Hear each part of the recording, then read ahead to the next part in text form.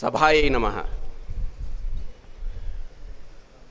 పూజ్యులు పెద్దలు రమణాచారి గారు, సంఘానికి చిరపరిచితులైన పెద్దలు ఈ వేదిక మీద ఉన్నారు. నాకు కూడా మా గంపా నాగేశ్వరరావు గారితో పనిచేసే అవకాశం దొరకడం కూడా నా అదృష్టంగా నేను భావిస్తున్నాను.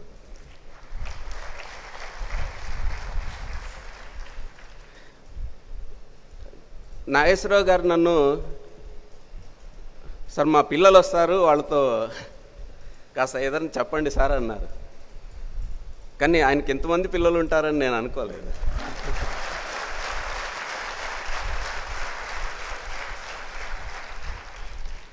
మామూలుగా 3 రోజులు వరుస సెలవు దినాలు, శుక్ర, శని, ఆది. జీవితంలో అత్యంత విలువైన రోజులు అంటే కాలమే. ఆ కాలం మనకు హాలిడేస్ రూపంగా ఇచ్చినప్పుడు దాన్ని ఎవరు ఏ విధంగా సద్వినియోగం చేసుకుంటారు అనేది వారి యొక్క సంస్కారాన్ని బట్టి, వాళ్ళ పెద్దలు ఇచ్చిన సంస్కారాన్ని బట్టి ఆధారపడి ఉంటుంది. ఈరోజు మీరంతా ఇక్కడ గ్యాదర్ అయ్యి 3 రోజులు ఒక జీవితాన్ని ఒక డైరెక్షన్లోకి మలుచుకోవటానికి ఒక ఇంపాక్ట్ ప్రోగ్రాం ద్వారా ఇక్కడ జతగూడటం really you deserve all the appreciations. Congratulations to you all. మిత్రులారా, నాకు తెలిసినంత వరకు మన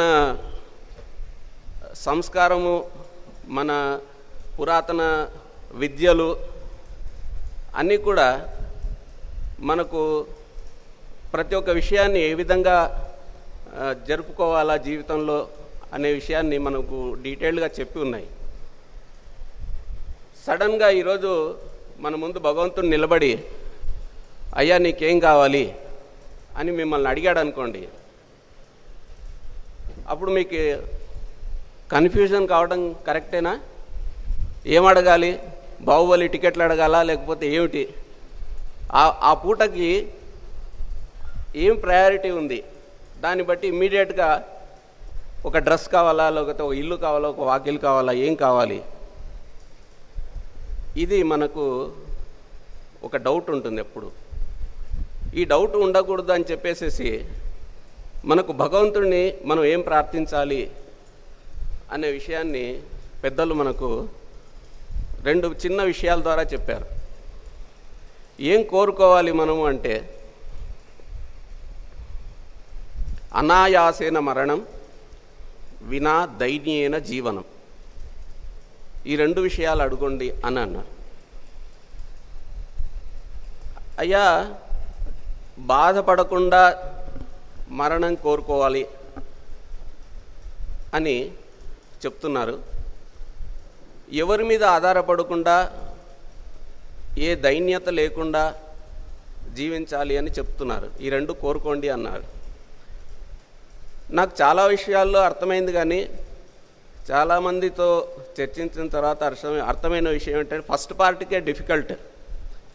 ఈజీగా డెత్ రావాలంటే ఇది ఎందుకు అడిగారు మన వాళ్ళు అని అంటే, నాకు తెలిసి చెప్పిన విషయం ఏంటంటే, ఒక మనిషి పరిపూర్ణంగా ఆరోగ్యంగా తన ఆయువును 100 ఇయర్స్ కానీ 80 ఇయర్స్ కానీ 90 ఇయర్స్ కానీ గడిపినప్పుడు అతనికి స్వతహాగా ఒక న్యాచురల్ అన్పెయిన్ఫుల్ డెత్ వస్తుందని. ఈ విషయం తెలిసిన తర్వాత ఒక ముఖ్యమైన పాయింట్ దాంట్లో ఏం కనిపించిందంటే, నాకు ఈ ఆరోగ్యము అనేది చాలా ముఖ్యమే towards end of our life. కానీ ఆ ఆరోగ్యాన్ని బిల్డప్ చేసుకోవడానికి మన టైం ఎక్కడుంది అంటే, ఇప్పుడు మీరంతా ఉన్న యూత్ టైం. ఈ 25 ఇయర్స్ 30 ఇయర్స్ ఏజ్ లోపల మనం ఎంత స్ట్రాంగ్గా మనము మన ఆరోగ్యాన్ని బిల్డప్ చేసుకుంటామో, ఆ ఆరోగ్యాన్ని రిడీమ్ చేసుకుంటూ వెళ్ళే టైము 80 ఇయర్స్ 90 ఇయర్స్ వరకు ఉంటుంది. You will be enjoying that throughout the life. ఇక్కడ ఇన్వెస్ట్మెంట్ అనేది అక్కడ పనిచేస్తుంది. అది ఒక పార్ట్గా నాకు అర్థమైన విషయం.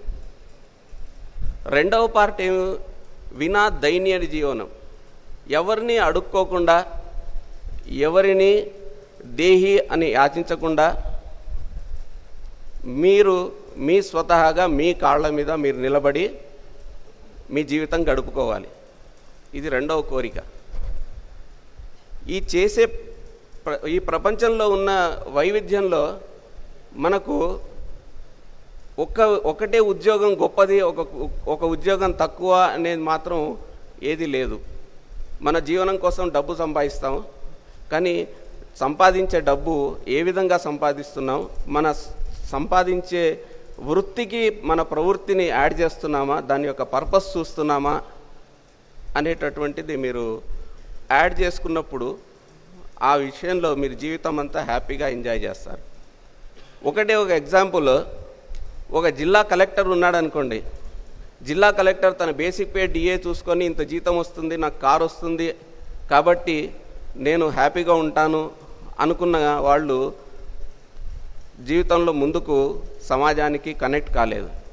కానీ ఆ ఉద్యోగం తెచ్చుకున్న వాళ్ళు నా end purpose to see smiles in the faces of average people, దాని గురించి పనిచేయాలి అనుకున్న వాళ్ళందరూ కూడా ఈరోజు మనల్ని గొప్ప గొప్ప వ్యక్తులుగా సంఘంలో చూస్తున్నాం.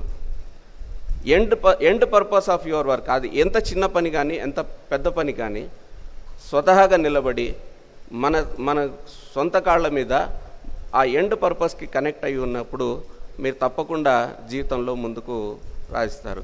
మా ఇన్సూరెన్స్ రంగంలో కూడా ఉంటుంది. ఇన్సూరెన్స్ రంగంలో ఎంతోమంది లక్షల మంది ఇక్కడ కనెక్ట్ అయి ఉన్నారు. కానీ ఎవరైనా వృత్తిలో నేను డబ్బు సంపాదించేదానికి ఎల్ఐసి అమ్ముతున్నాను అనే దానికంటే కూడా అటువంటి వాళ్ళు సక్సెస్ కాలేదు. కానీ ఒక వ్యక్తి చనిపోయినప్పుడు ఆయన కుటుంబ ఆధారానికి నేను సహాయం చేస్తున్నాను అనే సోషల్ పర్పస్తో ఎవరైతే పనిచేస్తున్నారో అటువంటి వాళ్ళు జీవితంలో చాలా ముందుకు వస్తున్నారు. మీ ముందున్న గంప నాగేశ్వరరావు గారు ఇన్నేళ్లుగా ఇంత ఉన్నతమైన స్థాయిలో ఆయన ఉన్నారు అనే దానికి అదొక ఎగ్జాంపుల్గా నేను చెప్తున్నాను. మనం చేస్తున్న పని ఎంత చిన్న పని అయినా కానీ దాని యొక్క ఎండ్ పర్పస్తో మనం కనెక్ట్ అయి ఉన్నప్పుడు మీరు మీ ఉద్యోగాన్ని, మీ జీవితాన్ని మీరు ఆస్వాదిస్తారు. అలాగే మీరు కూడా నలుగురికి సహాయపడతారు. ఇది నాకు తెలిసిన 2 విషయాల గురించి నేను మీకు చెప్పాను. దీంట్లో కూడా ఉన్న అడ్వాన్స్డ్ రిక్వైర్మెంట్స్ ఏమిటంటే, నేను గంపా నాగేశ్వరరావు గారిని కోరేది ఏంటంటే యూత్కి ఒక ఇండిపెండెంట్ ప్రొఫెషన్ని ఇంట్రడ్యూస్ చేయటం వల్ల మీకందరికీ ఒక అవగాహన ఉంటుంది. ఆ అవకాశాన్ని గంపా నాగేశ్వరరావు గారు మీకు ప్రొవైడ్ చేయాలని 3 డేస్లో నేను కోరుకుంటూ, ఈ అవకాశం ఇచ్చిన గంపా నాగేశ్వరరావు గారికి, వేదికమైన అతిరథ మహారథులందరికీ కూడా నా వందనం తెలియజేస్తూ సెలవు తీసుకుంటాను.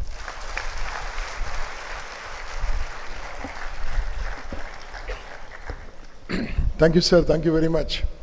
నేను ఆఫీస్లో కూర్చోకుండా, మా డ్యూటీ ఎలాంటిదంటే రోజుకు 1 నిమిషం వెళ్ళినా అసలు ఆఫీస్కి అలాంటి డ్యూటీ అది.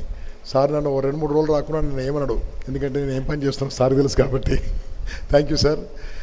నేను అయినా సరే నంబర్ 1 నేను 1989లో చేరాను ఎల్ఐసిలో. ఇప్పుడు నంబర్ 1, నంబర్ 2 నేను లేను. నంబర్ 1 ఎప్పుడు కూడా.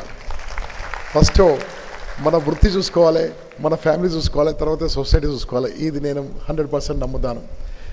Now I request Ramanachari sir, please మా chief manager LIC of India గారు సన్మానం చేయాల్సిన కోరుతున్నాను. ఇది సాయిబాబా టెంపుల్ నుంచి మన సాయిబాబా గారు సాయిబాబా యొక్క శేషవస్త్రాలు పంపించారు. ధన్యవాదాలు.